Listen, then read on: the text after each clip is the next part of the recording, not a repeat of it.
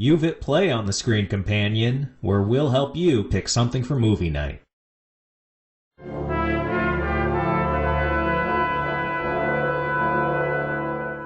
British historical dramas, The Lion in Winter from 1968, and Cromwell from 1970.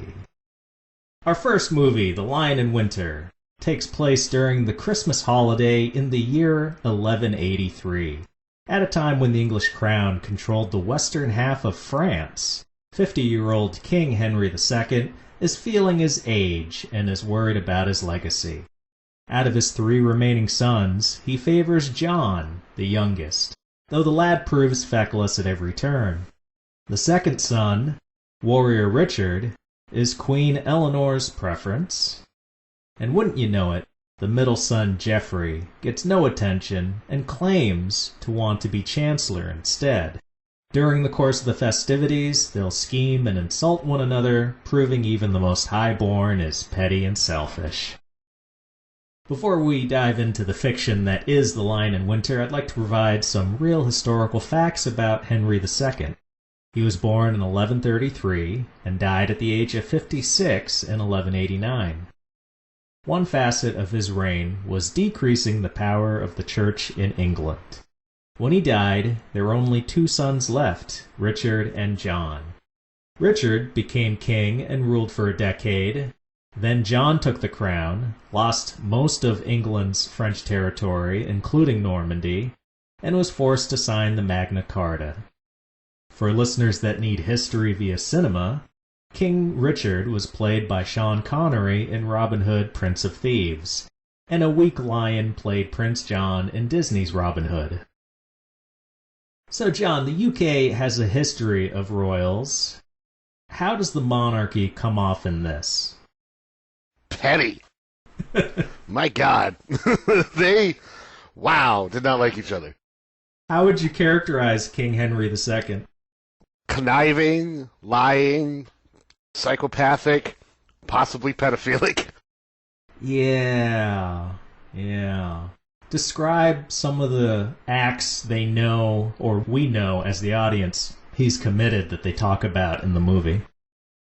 At one point, he mentions all the people he's laid with. Milkmaids, maidens, housemaids. He even mentioned a little boy, so that was upsetting. He's trying to marry his son's fiancée.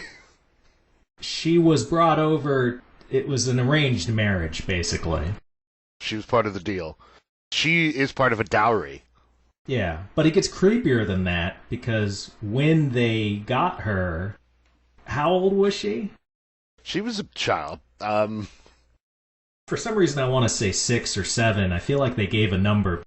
Creepy age for him to basically raise this kid and then be like, all right, let's go get married so I can have more babies, because these babies suck. And then if you just look at what he does during the course of the movie, he locks up all his sons, and at the beginning we see Queen Eleanor arriving by boat.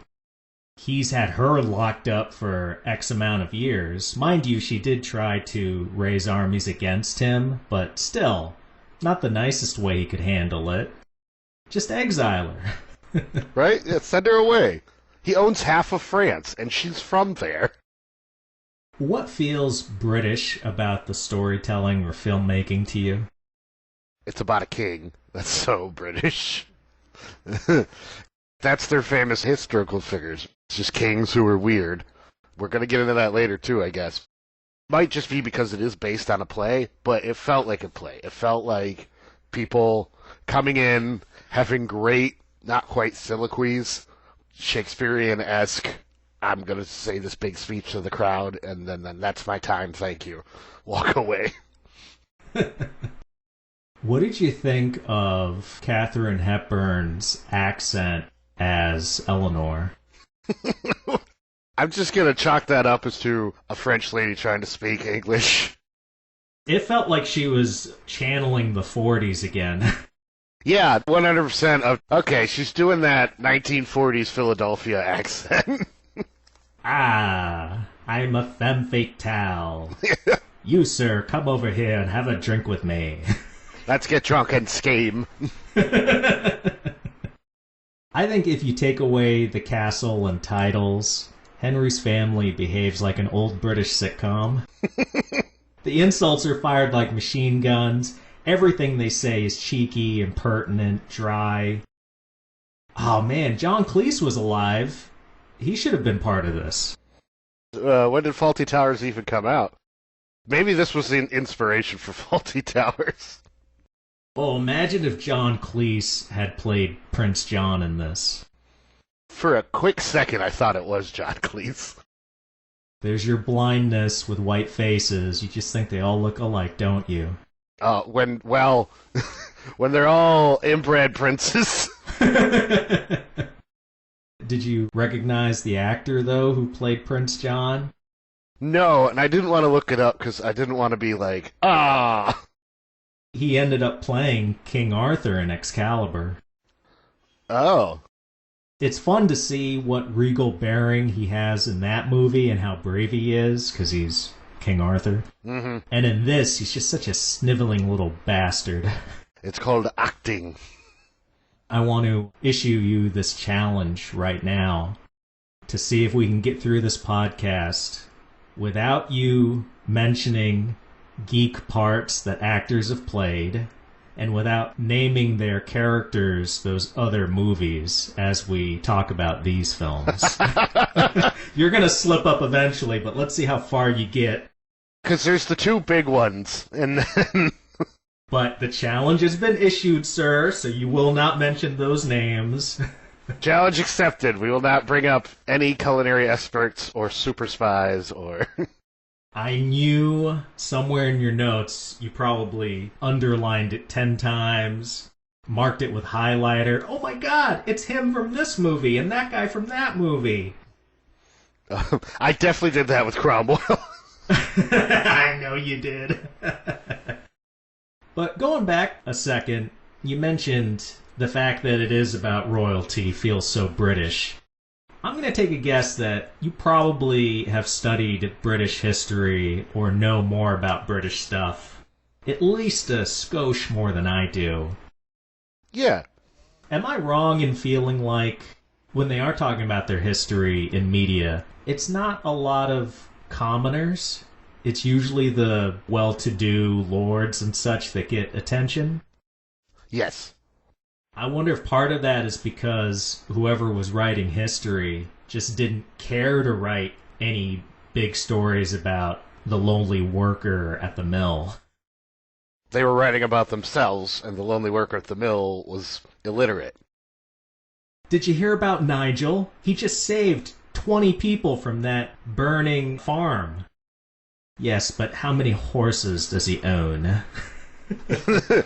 What's his military expertise? Oh, no. Let him write it down himself. Oh, he can't? Oh, well. Oh, I forgot to say, he's the Baron's cousin. Oh, I say, then let us write it down. Get to it right away, boy. We just came up with something called the printing press. I believe this is a story we should share. Yeah, let's print it, put it on a boat, and send it to the Americas. Become an active listener by joining the Screen Companion. Subscribe on YouTube, hit us up on X, and our Facebook group. Let us know your favorite episodes and what topics or films we should tackle next.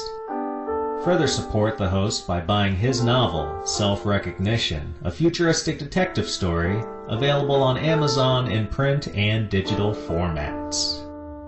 Now back to the show. Have you been overseas? Yes. Have you been to Scotland? Yes. Have you been to Ireland? Yes. Have you been to Wales? No, that doesn't count. I'm sure our Welsh listeners are shaking their fists at you right now. There's some sheep jokes to be made about the Welsh listeners that I will not make.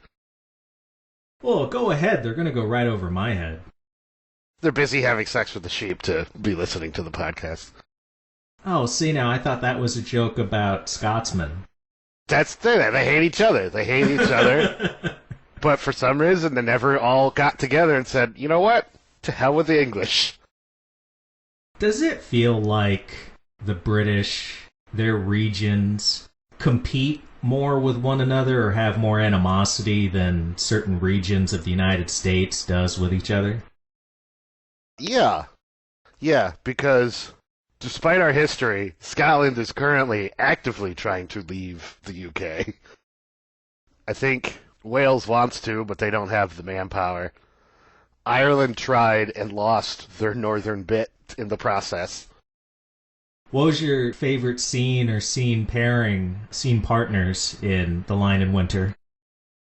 Watching Peter O'Toole and Katharine Hepburn go at it was just a joy. That whole scene when Prince Philip first shows up, and they're in the main room with the tree, and she's just talking to everybody coming in and out.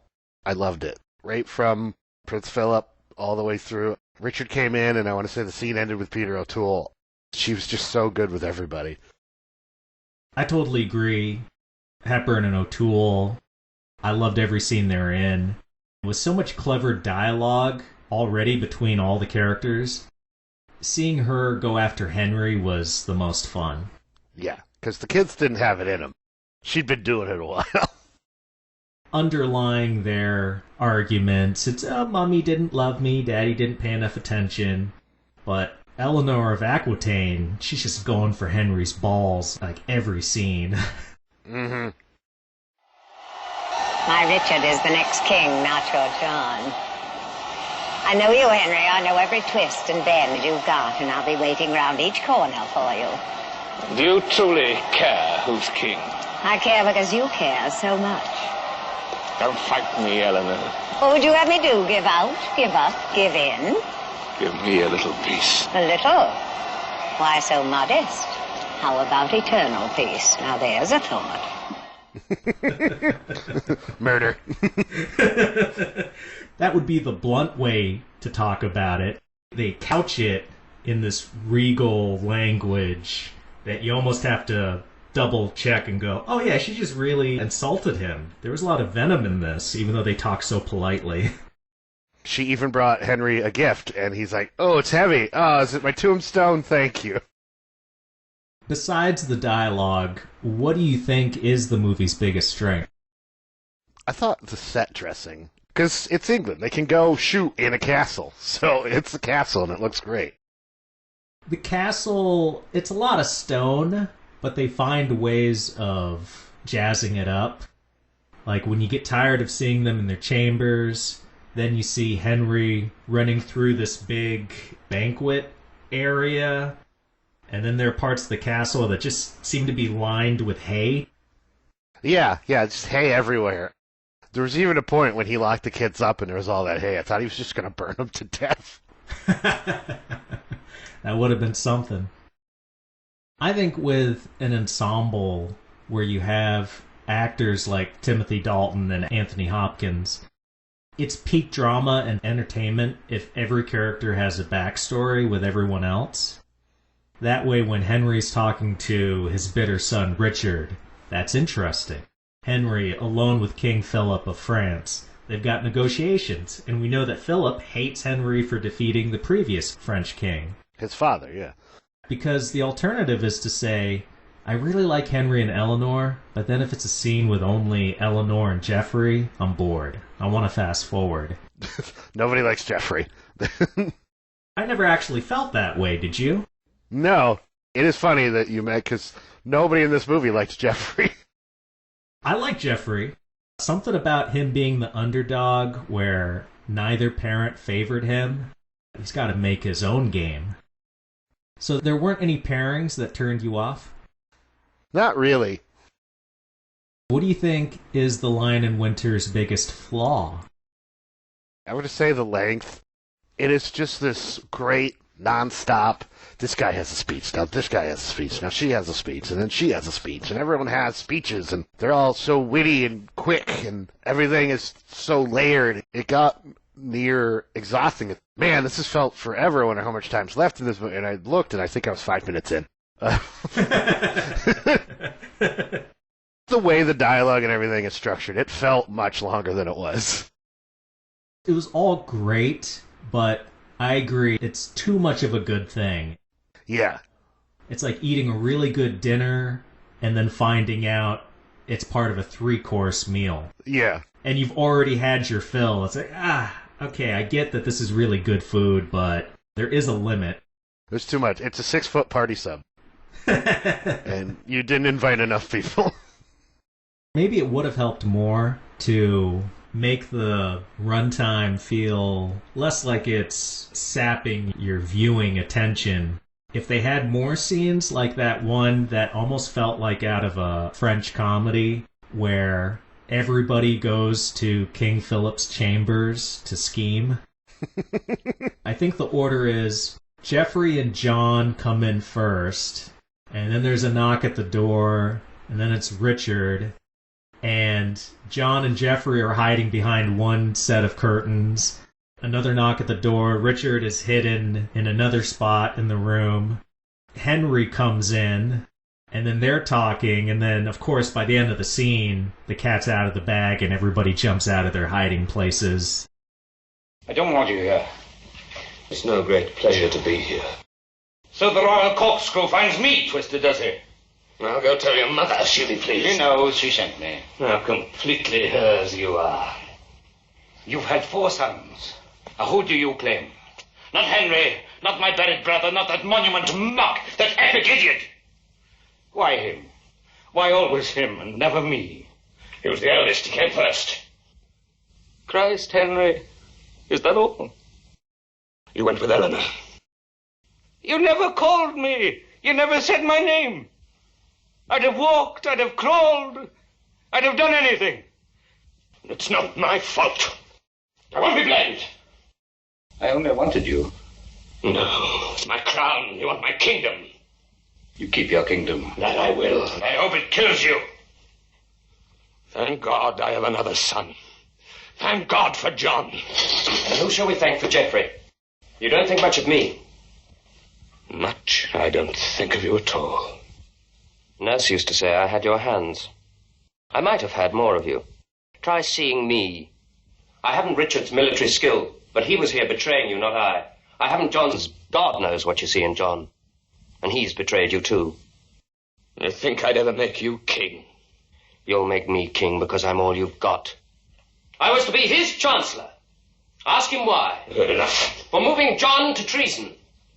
I don't doubt he offered. I don't doubt you tried. And I don't doubt John loves me. Like a glutton loves his lunch.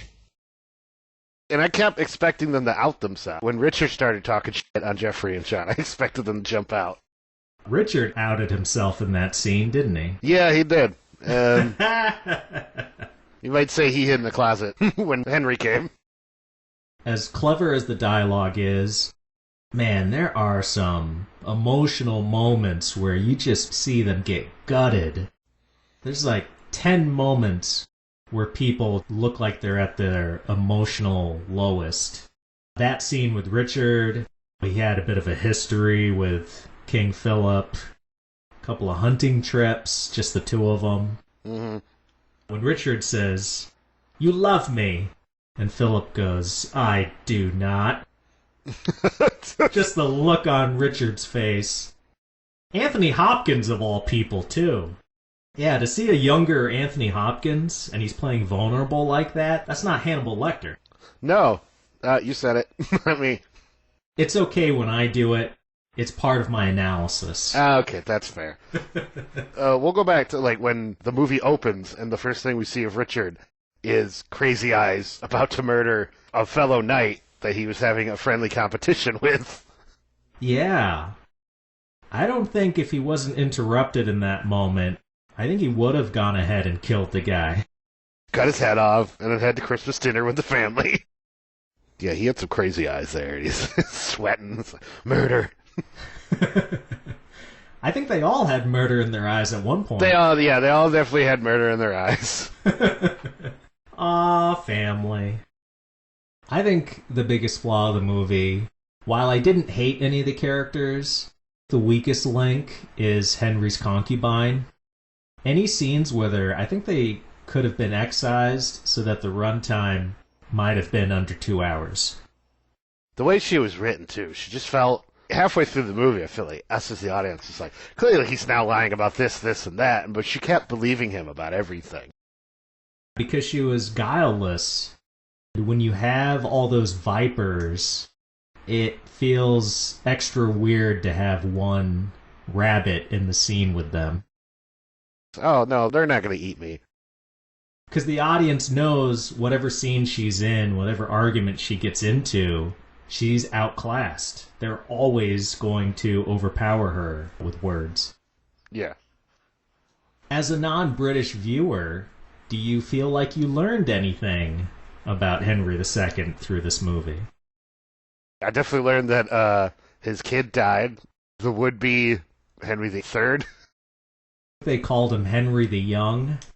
This is what I really learned, is living as a poor man in modern society is still 100 times better than being the richest guy on the planet in medieval England. There's not a moment's peace for Henry. Do you know anything about the real-life history of Henry the Younger? When I was looking it up, I believe he died while trying to overthrow his father. Yeah, which they don't mention that in the movie, do they? No. The off-screen son, the dead one, the oldest, you might think he was more honorable because he was slated to sit on the throne, but then you read about it later and go, oh, he's just as evil as the rest of them. There's a real theme of treachery in this movie. Yeah, they were all awful. Richard kept leading revolts against his father. He finally won and only got, 10 years? And then John took over and just ruined the empire. History doesn't even like Geoffrey because they don't mention him either. I had never heard of Geoffrey until this movie. What does your mind conjure when it comes to British culture besides the crown? Castles. Anything medieval fantasy has to be old English dudes, right? Yeah, something like Lord of the Rings definitely feels like it might be some pseudo-British world. Yeah. I mean, definitely the books were patterned after England. Written by an Englishman. All the conquest. I've traveled internationally multiple times, and there's been a lot of English everywhere because the British got around with their boats and their guns. It'll always stick with me. I had a British teacher, and it was at the end of a class, maybe the end of the semester. She was just shooting the breeze with us, and she mentioned one of the things that was off-putting to her when she came to the States is that she went to a friend's house, and she noticed that the family had photographs all over the living room. And as she's telling us about this memory, I can see the disgust on her face. And we're listening to her, and we're like, well, what's wrong with that? And she goes, where I'm from, we don't really advertise family like that. We don't have a ton of pictures all over the place. We're more reserved, and it's more personal. So that's what I think of British culture. That and snobbery. Snobbery, yeah, is always the number one. Although the British people I met in college, maybe age has something to do with it because they were all in their 20s. Like that one guy, our mutual acquaintance from those days, Alan. Alan. Remember Alan? He's Scottish, right? Yes, he is Scottish. When I went to London, I met up and had some beers with him. Wow. And that's a guy, he represented a lot of the British people I met in San Francisco. Funny, gregarious. He definitely didn't feel like a snob. Maybe you know, what's his position on the royal family? He's Scottish. He's probably more than willing to storm the castle and stab himself. My boss at my job, the owner who started the whole company, she's from England. And I'll tell you, 10 minutes with her, you really understand how London withstood the German Blitz. She's just such a... I don't like the term firecracker because it feels weird, but she's a firecracker. How do you think their movies, especially older ones, how do you think it compares to our stuff? Some of the thinking was behind, I want to say. And this just might be that they were filming plays, basically. Because these came out, late 60s and 70? And it felt like they were shooting, Gone with the Wind in the 30s, the late 30s. We're going to show these big, beautiful sets in Technicolor, and it's going to be great. And they were filming it like a play or trying to show off a painting. That was the mindset of American filmmakers in the 30s. Maybe that's just the British style of filmmaking when you're going for historical drama, but it felt, I don't want to say out of date, but we're even further from it now. Well, can you think of an American example sort of around the same time to compare it to? Like an American historical drama from the Revolutionary War or something? Not off the top of my head. It is funny with how little history the United States has in our movies. We don't go to many places beyond World War II, do we? No, because we're the heroes there, even though we committed potential genocide on the other side of the world. We're the heroes in Europe. Eddie Izzard's great joke talking about Americans were late because they were watching too many cavalry movies. We rode in late like the cavalry at every Western. Considering how big of a event the Revolution was to the history of America, I can't think of many big or successful Revolutionary War pictures. I think you mentioned The Patriot in one of the notes. Yeah. And that's just Mel Gibson killing British people. It wasn't even really a Revolutionary War movie. And then there's that Paul Giamatti, John Adams miniseries. As a consumer of entertainment, if you ask me what my favorite era of American history is, what movies and shows I want to watch, what period, yeah, I really don't have any interest in seeing people with their tri-corner hats. Growing up in America, we know the history. George Washington was a crazy man who got us our independence. Wooden teeth and murdered people on Christmas. Yeah, hated cherry trees. Huge hater of cherry trees. Mental disorder where he couldn't lie. Based on a recent story that I read, he really liked fruit preserves. Oh, I probably went with the teeth. I'm just like, oh, I don't have to chew this? All right. Did you hear about those bottles that were uncovered? No. Up in Northern Virginia, I think at Mount Vernon, they found a bunch of bottles that had fruit preserves in them. Was the fruit still good? Did they eat it? I didn't read about that, but if you came to me with one of those bottles and said, the cork's still in it, I think I'd be willing to try it. Just make sure I'm within the emergency room. That happens a lot with old liquors.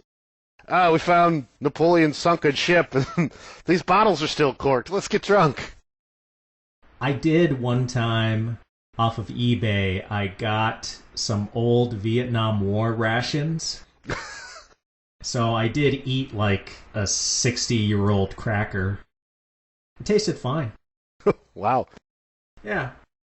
I mean, I'm really glad it was fine. The alternative would have been me puking my guts out and dying. You'd have been missed. When I think of older American movies, I imagine some great dialogue undercut by the score or something else in the frame. But British stuff, it's like there's a thin membrane barrier between what they're doing in front of the camera and, like you said before, them being on a stage. It's like they've put effort into the dialogue, and you're damn well going to hear every word of it. It's snappy, it's quickie, and it's so layered. I don't know how many scenes in Lion in Winter where he'd just be like, let's go into the other room. But like the way he said it and the way it was layered, I will stab you in the back if I got the chance. Weren't more of the heavy dialogue scenes played without music? It was basically music free.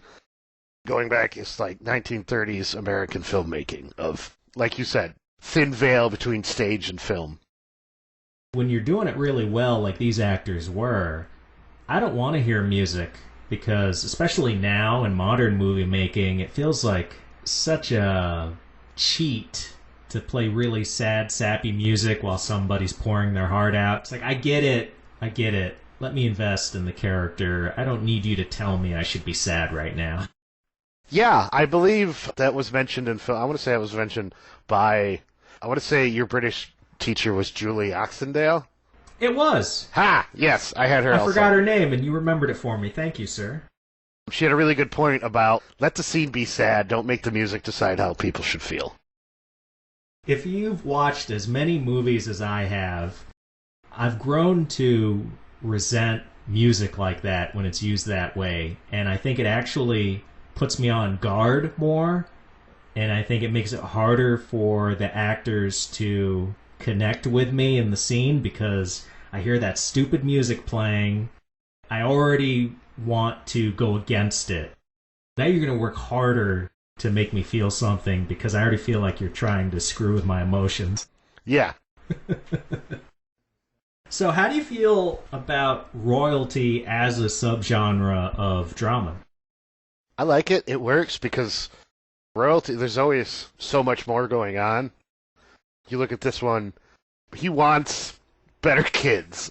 And it's not because he wants better kids, it's because he wants to solidify the empire of England.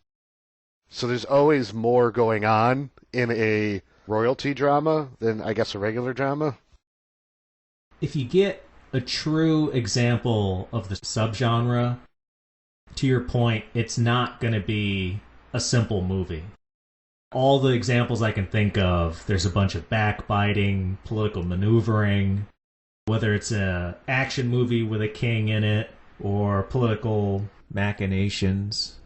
People who just want something to play in the background for a couple hours probably won't want to put on a movie about royals. No. I hate monarchies as a form of government so much, but if watching today's movies have shown me anything, it's that I can ignore the dictatorship if it's not questioned in the movie.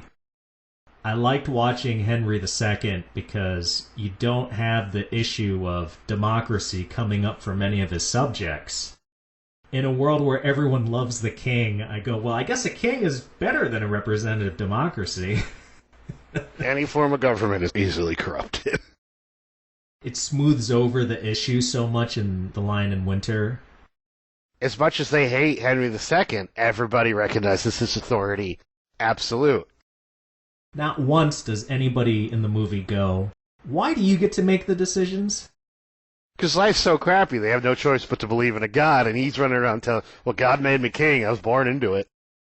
If you question the king, you're questioning your position of power. You can't do that. It's one big fat club. Yeah.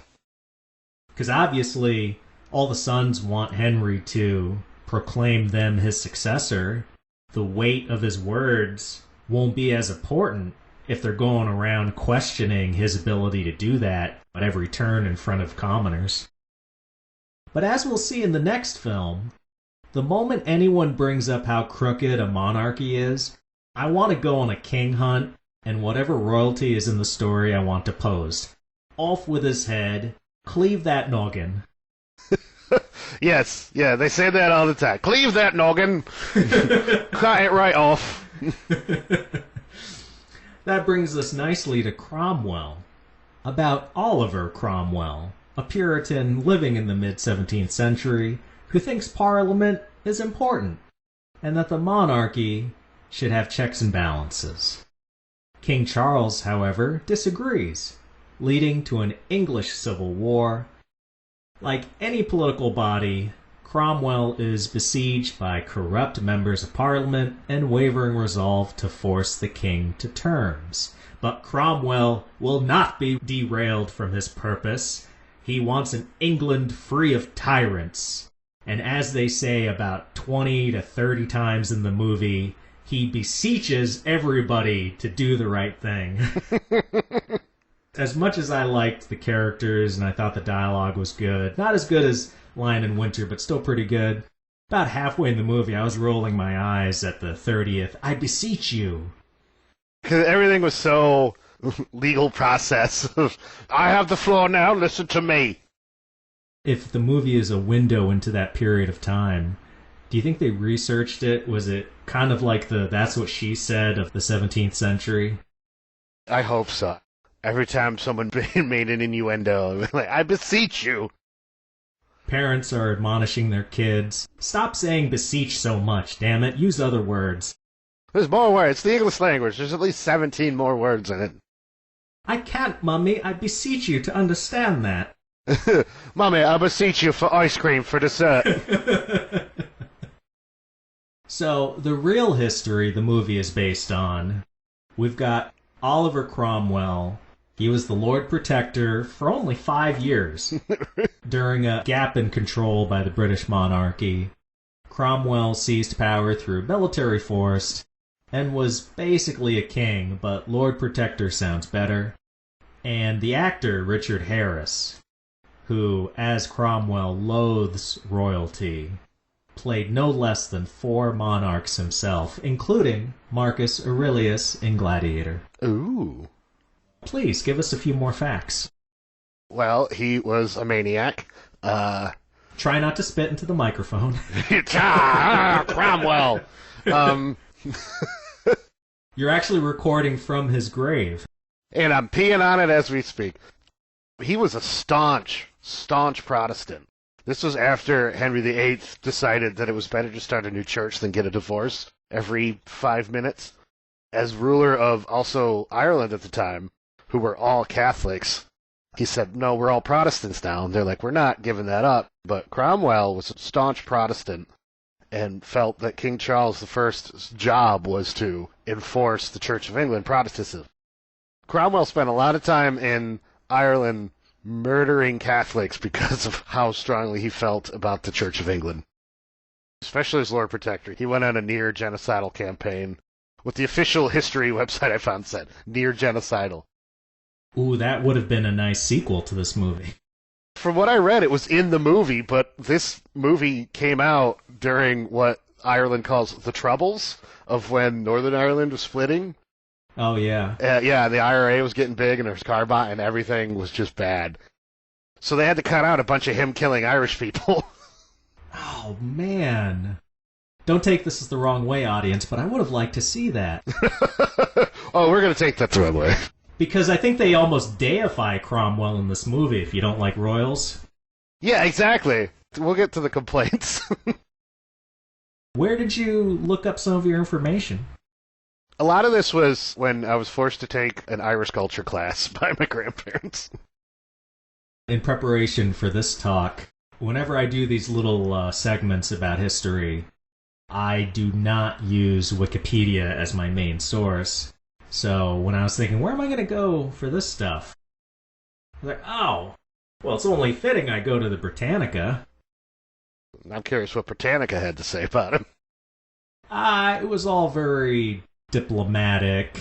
Oh. But then also they have a paywall. So that made me sad. They only give you, like, the first few paragraphs of each section of the article on them, and then it's like, you gotta pay, support us. Oh, so, yeah, that's where all this horrible stuff came from. What was your favorite aspect of the era depicted in Cromwell? How fun Day at the Beach battles were. Especially like Prince Rupert running around. He had his dog with him in a lot of those battles. Yeah. He had the dog on his lap and just like, oh, we're going to kill so many Englishmen. Woo! Because I know during the American Civil War, too, people would line up on a hill and just watch these battles like it was a picnic. Everyone is so laissez-faire about it, I guess. So just like, okay, these are the rules. I'm starting to understand why the English lost a lot of wars eventually because of how, let's fight it 2 on the dot. And then, yeah, one scene where Cromwell's like, no, this is war. Let's just attack now. Yeah, and that's during the part of the movie where he's not the commander-in-chief of Parliament's forces. And so he has to share command with a couple of lords. The porcine one, I think his name was Lord Manchester. The two sides are talking. I say, why don't we do it at 10? Actually, I have somewhere to be. Why don't we do it at 9? Let's move this up. I'm hungry. I want lunch. Let's go early. And I was really hoping there would have been a scene after Cromwell tells his men to start shooting their cannons immediately, where one of them on the other side in the royal forces goes, "That's not sporting.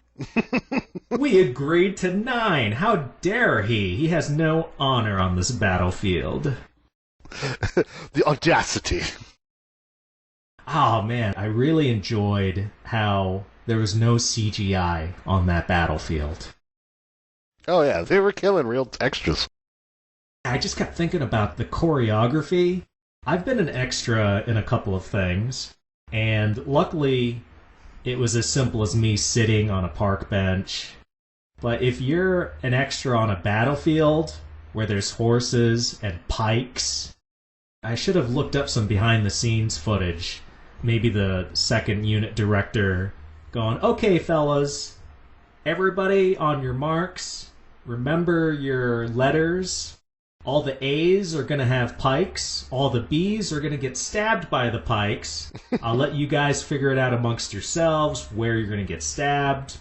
You know, we have horses galloping people, so don't get trampled. Don't get run over. For every major historical battle, there's a cosplay company that reenacts it every weekend, and you could just call them up. There's, 1,000 people in some of those wide shots? At least. I was looking to see if any of the people were part of a matte painting, but I feel like they were all there. They're all moving parts. And it's so nice to watch it take place at an actual location. You get that scale. It's not a volumetric backdrop where they just turn on a TV screen, a big curved screen, and it just puts you into an environment. Stop it, Hollywood. Stop that crap. Man, Jon Favreau's catching strays right now. I beseech you. I beseech you. Use real actors.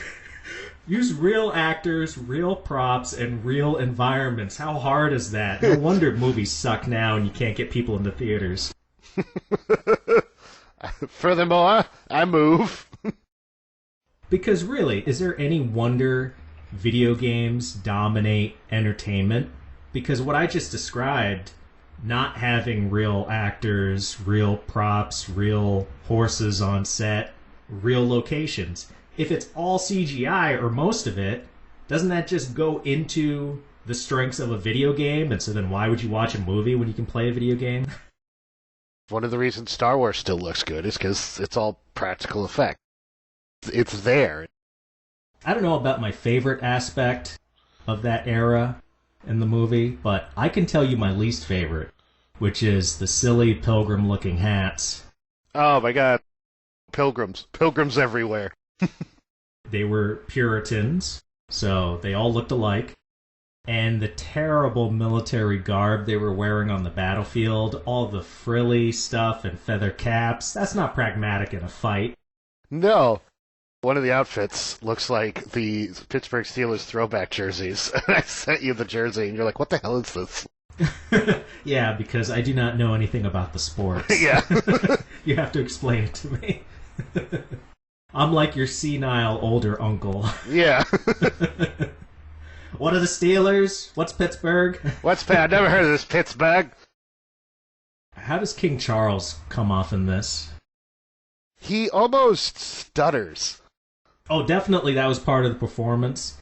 If I cared more about British history, I might have looked up if that was a real tic that they were trying to portray. Yeah, it probably is. Royals, there's a lot of inbreeding there, so there's a lot of problems. I liked him. He was a good opposite, because Cromwell was, I'm going to yell and beseech every room I'm in, whereas he had this quiet, God put me here, you should be listening. Oh, why aren't you listening? Oh. Most noble sovereign. A chair for his lordship. Thank you, my lord. Sorry to see you in pain. It's the agues from the bogs of Ireland, my lord. God-forsaken place. Saving your presence, my lord bishop. We would not have summoned you, Lord Strafford, had the situation here not been of the greatest urgency. You've doubtless heard that the Scottish rebels are marching on Newcastle. Aye, my lord. You will whip these barbarians to their senses. But what of Ireland, my lord? We'll deal with Ireland in good time. You'll march an army on Scotland.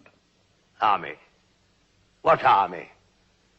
Most of your army lies rotting beneath the bogs of Ireland. What's left of it is hard pressed to keep law and order. Then we will raise a second army. I fear your majesty may find that easier said than done. What? I guarantee I could raise 3,000 men under arms inside a month. But could you guarantee their loyalty, my lord? Is there an Englishman living who wouldn't draw swords against his king's enemies? There be many Englishmen, my lord Strafford, who would more readily draw swords against the king. My God, who is this jackanapes that mouths such treason in your presence, my lord? You've been away a long time, Strafford. Much here has changed. I can see it has. I fear Sir Edward but speaks the truth. To put an effective army in the field against the Scots will cost almost £1 million. The Crown does not have £1 million. Are we just going to sit here then and do nothing? Then I will summon Parliament and instruct them to provide money. Parliament? The King of England? Go cap in hand to the common people like a beggar? Aye, a beggar. I have no choice. I say, take the money. You, my lord, are absolved before God and before man from any such action. For in extreme necessity, the king is acquitted from all rule of government and can do all that his power permits. Power? Where is the power of a king without an army? I'll warrant you I'll raise an army. We'll reduce this kingdom to submission in one summer. Do you mean, sir, that I should declare war on my own people? Aye. Before they declare war on you. I don't think there was any scene where I empathized with King Charles. Maybe that's the working class family aspect of me. I think even when they were trying to make him look sympathetic, or he had an opportunity to be sympathetic, even that stupid stammer wasn't enough to make him look human. It's like, you jerk off. There's like multiple times in the movie where he could have done things better, but at every turn, it's like, no, I'm the king, you're not. Listen to me. He kept getting bullied by his wife. How about that scene when he's lost the war, they have him in trial, and they want him to speak to the charges. And he's like, I will not speak and legitimize this farce. And then they go, well, okay, we've deliberated and we found you guilty on all charges. You're going to be beheaded. He's like, can I speak? Yeah. You just said no. I thought maybe they were going to let him speak. And every fiber of my being was like, don't you dare let that bastard speak. He had his chance. He's done. Divorcing Cromwell from real history for a second, John. If we just look at Cromwell as depicted in the film, how does Cromwell come off? He's a noble hero in the film. He's a bit too perfect. Yeah, he's a bit too fair. And Richard Harris is an Irish actor, so if an Irishman can play him, I think I can forgive the whole movie a little more. I wonder if Richard Harris is a Catholic. I read in one interview somewhere of, like, the director's like, are you okay playing this guy as an Irishman? And I believe Richard Harris said something along the lines of, the guy depicted in this movie is clearly not the real Cromwell. Have we come thus far that you would betray us now? There is nothing in the constitution of this land that entitles us to bring a king to trial. Is not the king answerable to his subjects? The trial is clearly illegal, and I will have no... Is not the king answerable to his subjects? The king, sir, is answerable only to God. And by God, when he dies, he shall have much to answer for. We have gone too far in this matter. This commission has no lawful authority to Our bring a king of authority England. lies with the Parliament, sir. Parliament is the law in this land. If the charges against this king be not proven, what terrible retribution may he not bring down upon our heads? In the name of God, what are we all? Men? Cowering and quivering like downtrodden serfs. The king is not England, and England is not the king. It is not the survival of the king that is at issue here. It is the survival of England. And this king, by his dishonesties, by his treasons, and by his secret treaties with foreign powers, has shown himself to be ill-fitted to govern this great nation. As God is my witness, Oliver, I desire not the king's death, but the settlement of this nation in peace. Do you think I don't desire that? Go back to my farm and my family? Very well. Go again to this king. Offer him once more our terms, though God knows he should be well acquainted with them by now. Tell him he may sit upon his throne, but that this country will be governed by Parliament, and Parliament will be elected by the people. Now, Sir Thomas, if you can achieve this, where we have failed, this trial will end. Here is a warrant demanding the death of the king upon the charge of high treason against this nation. I will require all your signatures. Sir Thomas. I have come thus far with you, Oliver, in our great cause, but I will not sign this warrant. Sign it. Oliver, I cannot. Is he guilty or not guilty? He is the king. Is he guilty? Yes. Sign it. I really liked the character, even though he is so unrealistic. If you just look at the beats of the story, he goes, okay, I think we need a parliament, no man should have total control, and then... As he takes total control. Hey, don't skip to the end. Alright, my bad. Okay, you got a guy that says that, he talks the talk, but can he walk the walk? And the first scene we get to show us that, yeah, he can put his money where his mouth is when there's an order to arrest him, and he knows about it, and they tell him to leave Parliament, but he stays in the chamber, and he's there. He's got the balls as they're trying to arrest him to go, I put forth a measure that any member of Parliament getting arrested is considered an illegal act. Don't they actually resist arresting him in that moment? Do they actually put him in cuffs? No, I don't think he ever gets arrested at any point. He does it all through his bluster. He's like, how dare you try to arrest me? Sir, the king sent me to arrest you. Yes, but I'm a member of Parliament, and I'm going to use my words and stop you from doing it. And then he commands the forces. He loses one of his sons. He's got a personal stake in all this. He's totally of the people, John. To the point where, and this is beautiful, because I knew nothing of history, of British history at least. I'm a bit better with American history. I didn't even know if King Charles actually got executed or not. That's how little I knew about history, John. I believe his head was just clean off. So when there's a moment where it's like, oh, is the king going to get a reprieve? I didn't know if he was going to get killed or not, so that was fun. And then, after the king is dead, Cromwell retires to his manor, his homestead, and they come to him, the members of Parliament, and they go, we've talked it over, Cromwell. We want you to be our new king. Oh, yeah, and he has it's like, we just killed the king. Why are we putting another king up? Him being the most virtuous man in the universe, he's like, no, it pains me to even hear you talk about me becoming a king. That's just not the way to do it, fellas. Yeah.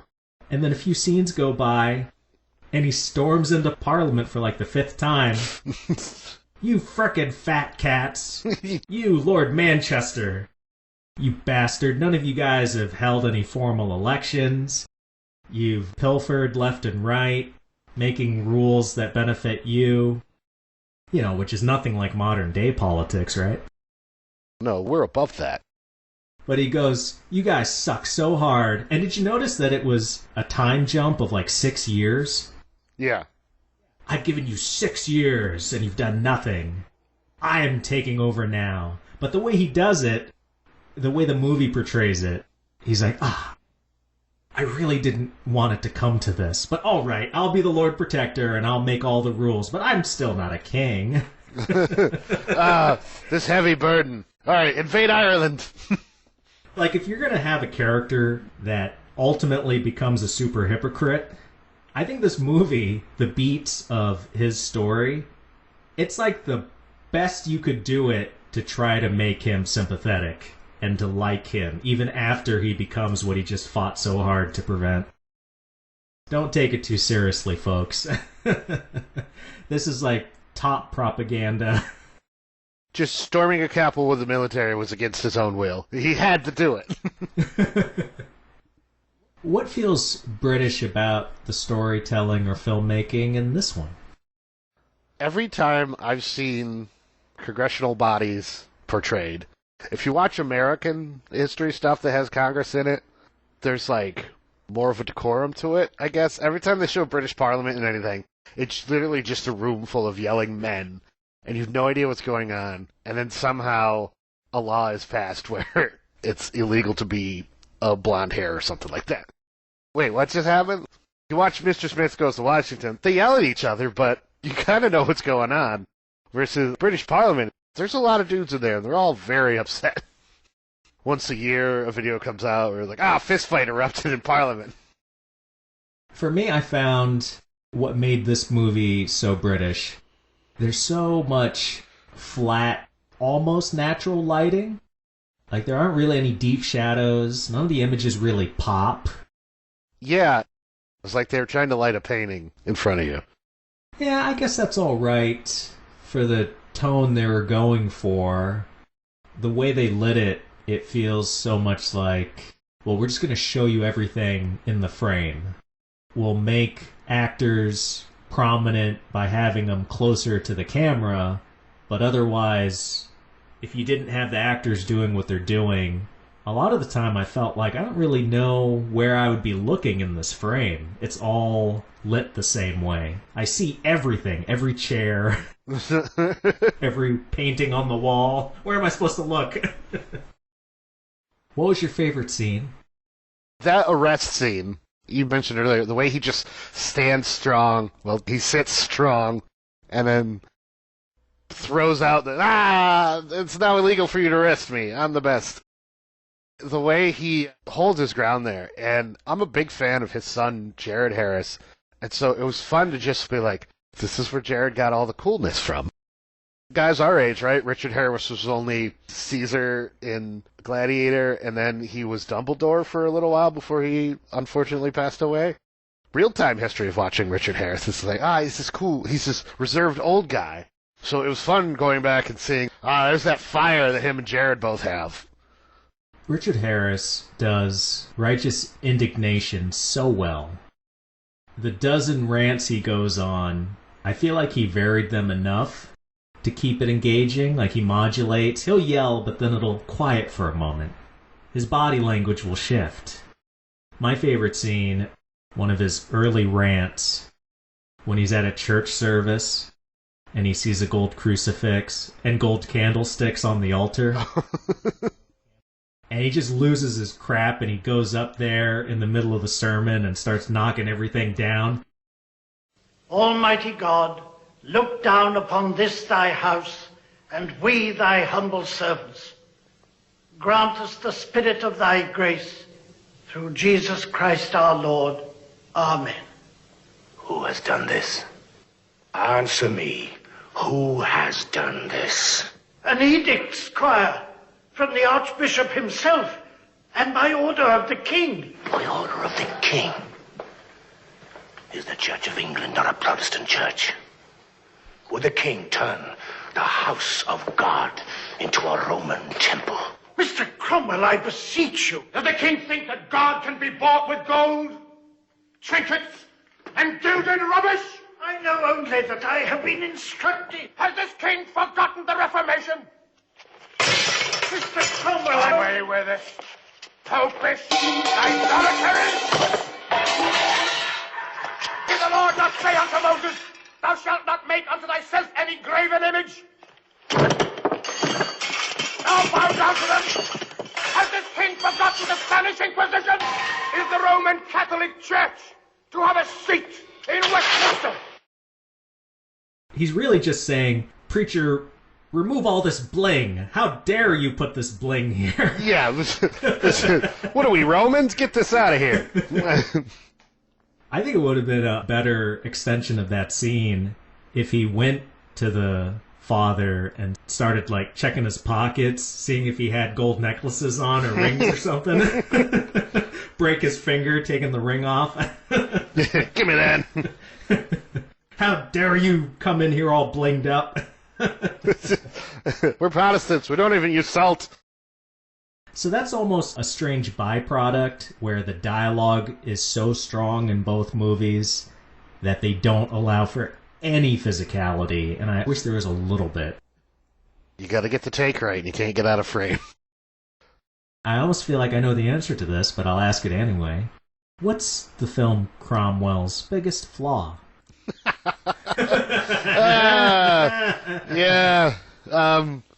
The positive betrayal of a real bastard. Apparently they dug him up like 12 years after he died and cut his head off. That does say something, doesn't it? Yeah, it really shows what a piece of crap you are. The romanticism of a near genocidal maniac. He's religiously persecuting people. This movie's just like, look how awesome he was. He killed a lot of people because Henry VIII was a piece of shit. Because it's so one-sided, there has to be a deeper motivation for them to make Cromwell. Was one of them an activist, producer, or something? I'm not sure. Like, were they trying to reform British history being taught in public schools? You know, like, that's the kind of propaganda this movie feels like. That would be like American schools. They're like, okay, we're going to really get into slavery now. And then some Hollywood producer goes, whoa, wait a second. I want to do a movie about Robert E. Lee. Let's get into the real history here. He was a saint, people. So, according to this, the writer-director became hooked on the subject after reading a biography of Cromwell in the 60s. And over the next 9 years, he read more than 120 books about him and toured England in his spare time between movie jobs visiting historic sites. Determined to pull together a tragic drama? What the hell? What's tragic? He got everything he wanted in the movie. He got everything he wanted. He got away with it all. And he got to do it so that it looked like he wasn't the asshole. Yeah, like, what the fuck? Huh. It's got a few themes there. I choose to focus like a laser on the anti-monarchy part of it. Like, that I can really get into. All the other stuff, I just gotta ignore to some extent. It's like, okay, he might have been a Hitler, but he was also against the monarchy, so I'll support that. He did a good job. That lasted all of 15 years till Charles's kid took over. I guess that's the tragedy you spoke of, because that actually made me feel a little sad. Wow. Even though they put rose-colored glasses on and depicting Cromwell, you go through a civil war, you have a period of the Protectorate, and then how are you going to follow that up, British people? Oh, we're just going to bring back the king. Right? 1 step forward, 3 steps back. It's the French of, we finally got rid of the monarchy. What are we going to do? Let's just put in a new king. This Napoleon guy seems cool. I think it's too easy, the structure of the story. If you're into Cromwell, I loved Richard Harris's acting, so I was with it the whole time. But if you're not totally into the character, then you have more time to look at other aspects of the story, and you go, there weren't a ton of obstacles for Cromwell. One thing I noticed is how he seemed to be the only orator in all of Parliament. Like, he won all his arguments because he's the only one that could speak eloquently. You don't have anybody else here that can do that? Nobody to rival him at all? He was prepared to abandon his land until some guy just showed up and was like, nah, king's taking it. I was like, what the hell? Nah, how dare he? And then, boom, straight to Parliament. And like you said, he's winning every victory because he's eloquent. Or I don't think he ever lost on the battlefield at any point. They did at the beginning of the war, but you could lay that at the feet of them not giving full control to Cromwell. Once he got full control, it's like victory after victory. He's never wrong, ever. No, he's perfect. He's unshakable. Do you feel like you learned anything about their history through this propaganda film? Yeah, I feel like the British still hate the Irish with a passion for no reason. That was an interesting aspect of King Charles's subplot, how he kept trying to enlist foreign help. That all goes by the wayside after he's killed. There's no signature on the check anymore. The check's no good, so the foreign dignitaries aren't going to come in for free. How much would it have hurt to have one more scene where foreign dignitaries come to talk to Cromwell and then he rants at them? Oi, Mr. Cromwell, we're here to talk about... Cromwell, gentlemen, I beseech ye, shut up. Shut up, do what you're told, get out. It does what it's told or it gets the hose again, gentlemen. The final segment of the show, TLDL, too long, didn't listen. Let's do some rapid-fire questions, John. All right. Who do you think gave the better king performance, Alec Guinness as Charles or Peter O'Toole as Henry II? Oh, sorry, Alec, but it's Peter O'Toole. Who do you like to hate more, King Charles or Prince John? Prince John. Which movie had the better dialogue? Ooh. I gotta give it to Lion and Winter. Which movie would you rather see with a group? Probably Cromwell. Both movies are over 2 hours. Which one felt better paced? Cromwell. Is it because of the battle scenes? Yes. Because of the death and destruction. Which movie is a better argument against royal families? Oh, wow. Lion and Winter. I don't feel like the question of royalty is really that controversial an issue in the United States, so it's easier for me to treat it as a farce. But I know there are pro-royal family Brits out there. This podcast doesn't sound like it, but it's for you too. Thanks for listening this far if you have. Yeah, it is your history, but we won a war over this. We get to make fun of it. All the British people I know personally are amazing, and I love them all. If you've never been to England or Scotland or Ireland, go to all three. They're amazing. Castles are really cool, and half the tour is usually like, this is where people pooped, and then you go and see where the poop. Then people live down here. It's like, this is gross. Where was your favorite place to visit over there? And how much does it have to do with alcohol? Well, if alcohol has any say in it, it was 100% Edinburgh.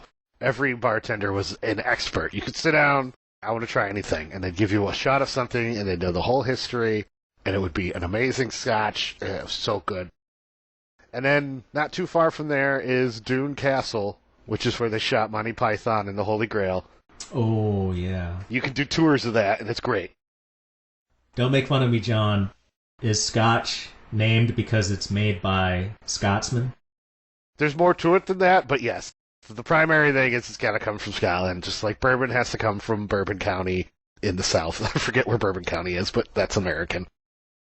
Cheers to our British listeners, and I beseech everybody who hasn't seen Cromwell or The Lion Winter to check them out. They're good fun if you like talky movies.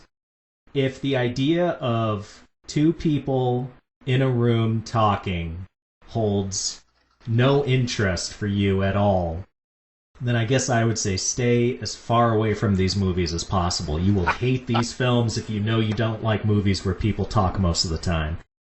Agreed, 100%. Glengarry Glen Ross comes to mind. If you like that, you're going to like these.